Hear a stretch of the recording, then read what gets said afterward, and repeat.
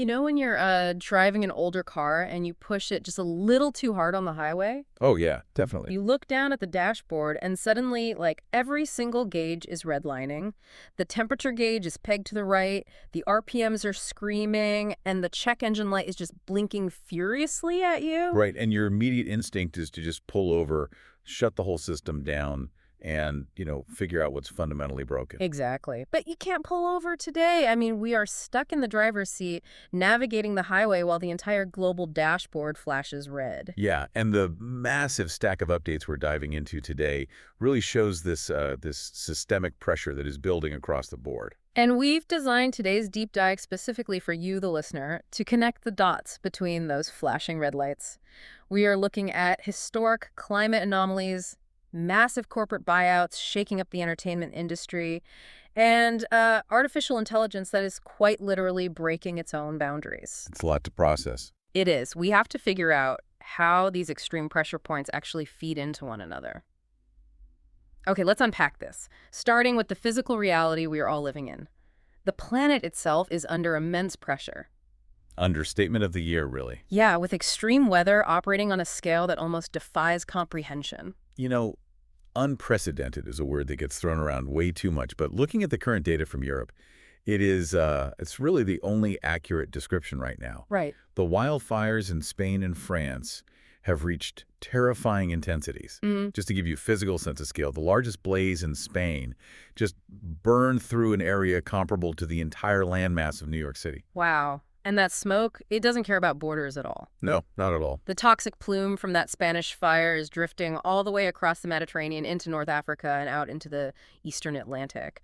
But the situation in France is what really caught my eye. Yeah, the cloud formations. Right. The fires there have become so intense they're generating pyrocumulonimbus storm clouds. It sounds like something out of a disaster movie, but from what I understand, this is basically a massive convection oven where the fire becomes its own atmospheric engine, right? That is the perfect way to visualize it. What's fascinating here is the feedback loop. What happens mechanically is that the fire burns so hot, it creates a massive rapid updraft of air. Okay. That rising heat hits the cooler upper atmosphere, it condenses, and it literally forms a thunderstorm. But here's the brutal irony. It is a dry thunderstorm. Oh, man, so no rain. Exactly. It generates lightning, which strikes the ground and starts even more fires, but it produces little to no rain to put them out. It becomes a completely self-sustaining engine of destruction. So if a fire gets so big that it creates its own weather system, are we past the point of traditional containment? Well, yeah, at that localized level, human intervention becomes incredibly difficult. Yeah. And you see the interconnectedness of the globe when smoke from one localized event chokes an entirely different continent. And we are seeing that exact same scale of physical disruption right here in the U.S. In the Pacific Northwest, specifically the Spokane area, wildfires have already destroyed over 850 structures. It's devastating. It really is. There are 67,000 people still evacuated. Firefighters managed to establish some containment lines during a very brief cooling window on Wednesday, but the heat is surging right back into the upper 90s late this week. And while the West is baking under that extreme heat, the eastern half of the country is dealing with an entirely different atmospheric jam. Right, the rain. Yeah, a slow-moving cold front is triggering widespread showers, dropping 1 to 3 inches of heavy rain and causing localized flooding from the upper Midwest all the way down to the Gulf Coast. Yet right in the middle, the Dallas-Fort Worth area is trapped under this stubborn, dry, high-pressure ridge. Yeah. They are looking at heat indices pushing 100 to 105 degrees because that cold front is just stalling out well north of the Metroplex. It is literally an atmospheric traffic jam. And when the physical world gets squeezed by these kinds of extreme events, whether it's atmospheric pressure or burning forests, the macro economy feels the pinch immediately. Oh, Physical world instability creates immediate geopolitical and economic friction. Let's follow that friction straight to the Strait of Hormuz then. Right. Iran and Oman have just agreed on coordinates for a new shipping corridor. Right, which is huge. Yeah, they're preparing a joint statement that could drop by Friday. But Tehran is publicly insisting these talks are strictly bilateral, and they are warning that the U.S. military presence in the region is the primary barrier to fully reopening the strait. The Strait of Hormuz is one of the most critical maritime choke points on the globe for crude oil. Oh, absolutely. When you threaten to alter how ships move through that narrow passage, you threaten the entire global energy supply. And the markets reacted instantly on Thursday. Crude oil surged over 4%, purely on this geopolitical anxiety. That anxiety just bled straight into the broader U.S. equities. The Dow fell 464 points, the S&P 500 slipped a fraction of a percent, and Bitcoin was hovering near $64,400. But the real anxiety, I mean, the thing everyone in the financial world is actually holding their breath for, is Friday's July BLS employment report. That Bureau of Labor Statistics data coming out at 8:30 a.m. Eastern. The jobs report always moves the needle, but this specific one carries an extraordinary amount of weight because of the broader economic context right now. Well, let me jump in there, because the consensus from economists is that we'll see a rebound. They are predicting roughly 80,000 to 95,000 non-farm payrolls added, with unemployment holding steady at 4.2%. Right, that's the expectation. But June was a measly 57,000 jobs, which shocked everyone. So if June was that low, isn't forecasting an 80,000 to 95,000 rebound just whistling past the economic graveyard? How much is actually riding on this single data point? A tremendous amount is riding on it, and I gotta say, your skepticism is totally warranted. Let me explain to you, the listener, why this specific Friday report dictates the cost of everyday borrowing. Please do. We are at a massive pivot point with the Federal Reserve. This single employment print is the decisive make-or-break data point for whether the Fed cuts interest rates in September. Okay, so if the number comes in weak, like mirroring June's 57,000... It accelerates the timeline for rate cuts, yeah, because it signals the economy is cooling too fast and desperately needs stimulation. So bad news for the labor market is ironically good news for Wall Street, because it means cheaper money for corporate borrowing, mortgages, and car loans. It is the twisted logic of modern monetary policy. If the reading is strong, say 95,000 or above, it pushes the Fed to hold rates higher for longer to prevent inflation from rebounding. Which is exactly why investors are desperate for any signal on consumer health. It's why Thursday's corporate earnings were heavily scrutinized. ConocoPhillips gave insight into oil price impacts, Cloudflare revealed AI networking demand, and Airbnb offered a real-time read on whether everyday people can still afford summer travel. And when money gets that expensive because the Fed is holding rates high, you immediately see the cracks form at the corporate level. Companies can't rely on cheap borrowing anymore, so they have to resort to drastic measures, leading to these highly concentrated swings in fortune. Totally. Let's look at the corporate realities of boom, bust, and massive buyouts. The contrast across the market right now is just stark. Start with the boom. Eli Lilly just reported a Q2 blowout that fundamentally alters their trajectory. Oh, it was massive. Revenue jumped 48% year over year to $23 billion. Their adjusted EPS of $8.38 completely crushed the $6 estimate. And we have to explain the mechanism behind why they are practically printing money right now. It's the GLP-1 weight loss and diabetes drugs, Zepbound and Mounjaro. The demand is unreal. Right, because these aren't just typical pharmaceuticals. GLP-1 agonists mimic a hormone that targets areas of the brain regulating appetite. They're literally altering consumer behavior and food consumption at a baseline biological level. Yeah, they tapped into that fundamental biological demand. And because of that, Mounjaro revenue skyrocketed 91% to $9.9 billion, and Zepbound was up 44%. They even raised their full-year guidance to an astronomical $85 to $87 billion. They are riding a generational medical breakthrough. But compare that incredible structural advantage with the bust we saw on Thursday from Peloton. Oh man, this one is a tough pill to swallow.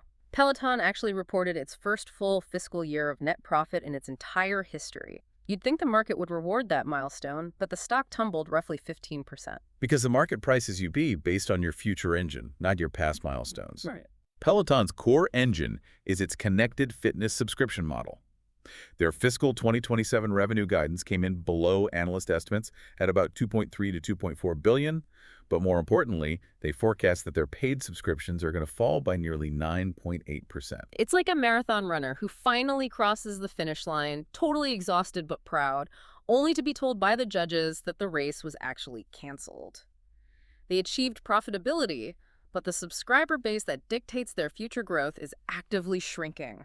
Exactly. If we connect this to the bigger picture, you see a broader trend of companies aggressively restructuring or just completely abandoning public markets to find stable ground. Like EA. Yes, look at Electronic Arts. EA just completed a staggering $55 billion take-private buyout backed by Saudi capital, completely removing the gaming giant from public markets. Taking a company of that size completely off the public markets is a massive shift. I mean, when a company goes private and doesn't have to report to shareholders every quarter, that fundamentally changes the incentives for how the games you buy are monetized. Yeah. Without the pressure to show quarterly growth, maybe we see a shift away from aggressive microtransactions, or maybe game development cycles are allowed to take longer, right? And you really have to consider what that means for player pricing long term.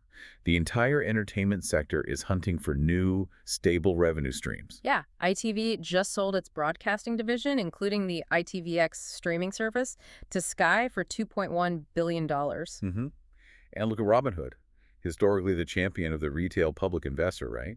They are pivoting to private markets by developing a public fund to give retail investors access to Y Combinator-affiliated startups. And then you have Disney moving in the exact opposite direction. While EA retreats behind a $55 billion private wall, Disney is actively exploring a free, ad-supported tier for Disney Plus to broaden their public reach. Yeah, making streaming more accessible. Right, and they also struck a global partnership with TikTok to integrate creator-led content. Disney is trying to make its content native to how younger generations actually consume media.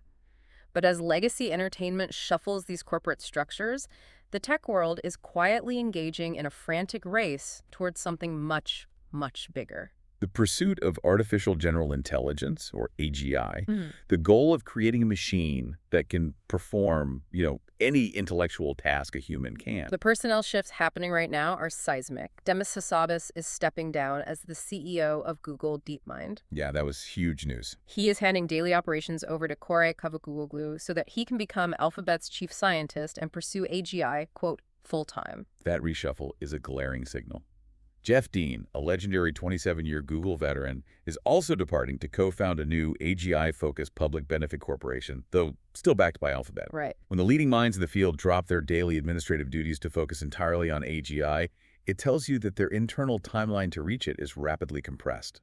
Here's where it gets really interesting. Because while Hassabis is rushing toward AGI, we just got some major disclosures at the Black Hat Cybersecurity Conference about what the current non-AGI models are already doing in the wild. Yeah, the security breaches are illuminating, to say the least. Illuminating is a very polite word for it.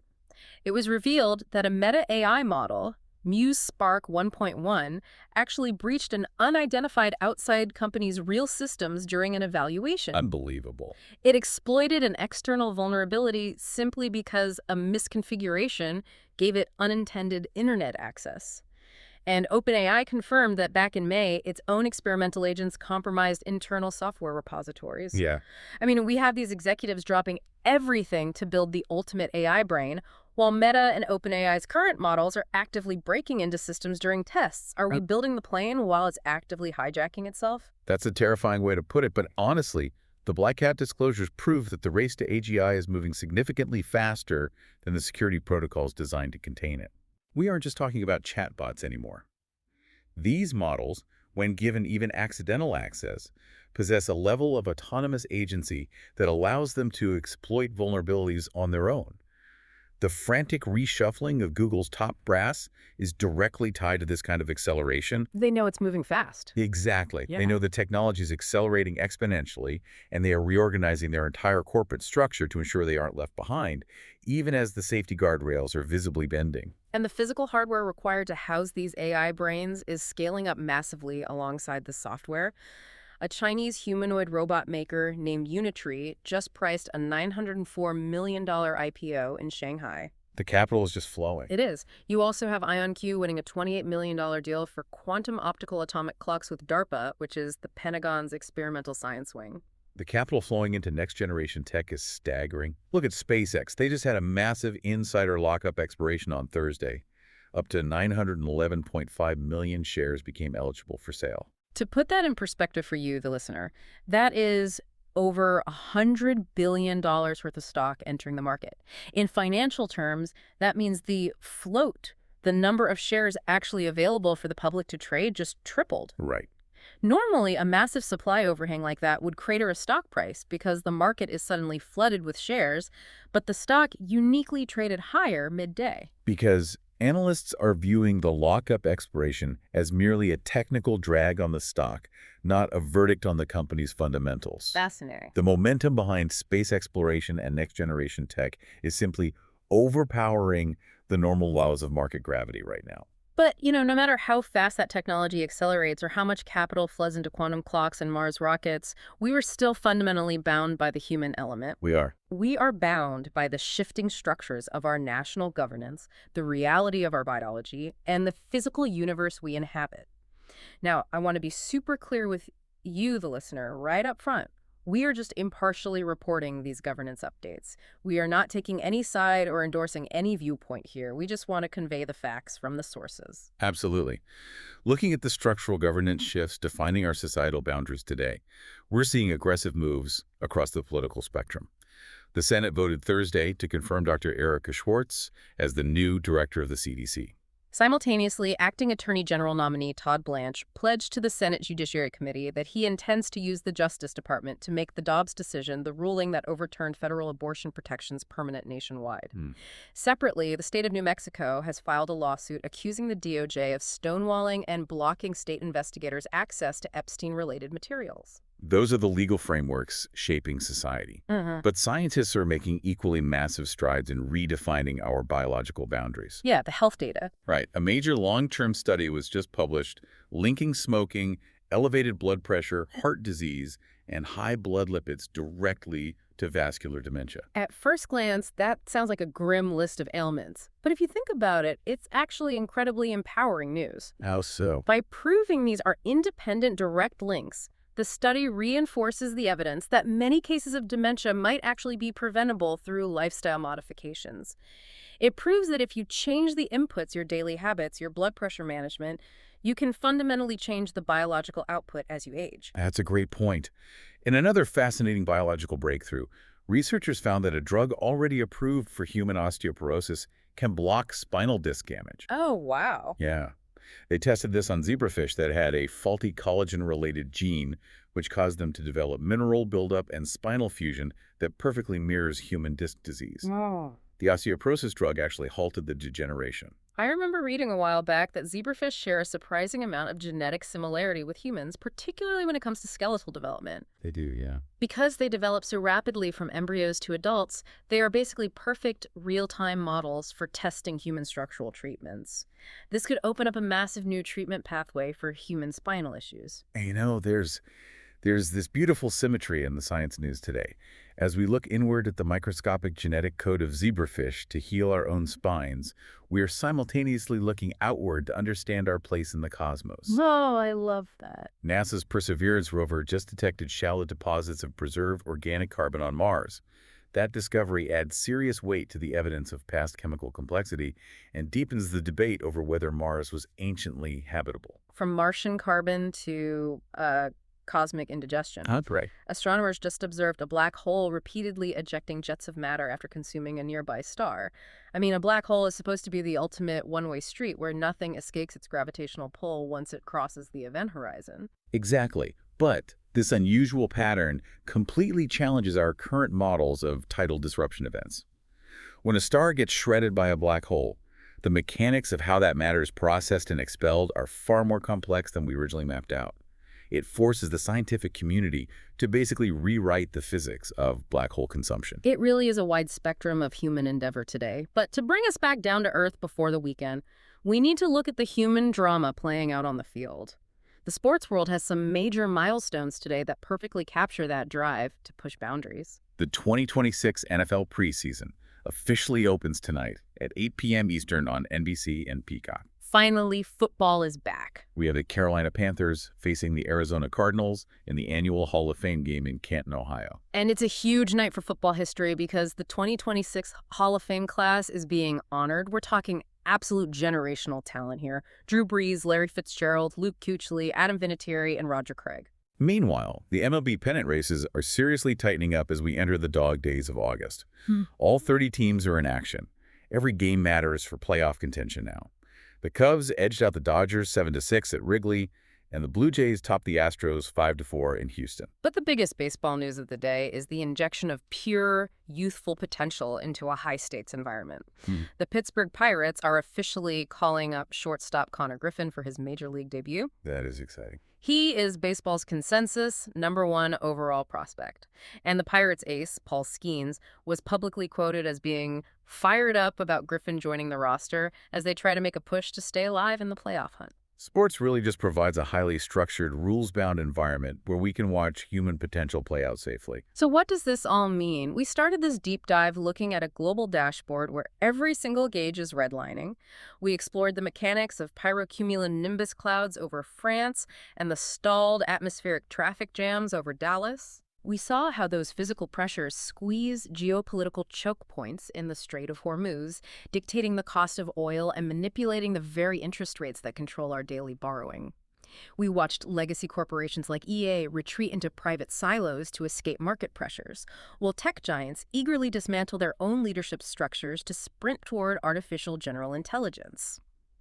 Today's sources paint a vivid picture of a world that is aggressively redefining its physical, corporate, and biological boundaries. The world is in a rapid state of transition, and I want to leave you, the listener, with one final thought to mull over as you digest all of this. Let's hear it. We discussed how a current Meta AI model autonomously breached an external corporate system, exploiting a vulnerability simply because of a configuration error. Right. We also saw that Unitree just raised nearly $1 billion to mass-produce humanoid robots.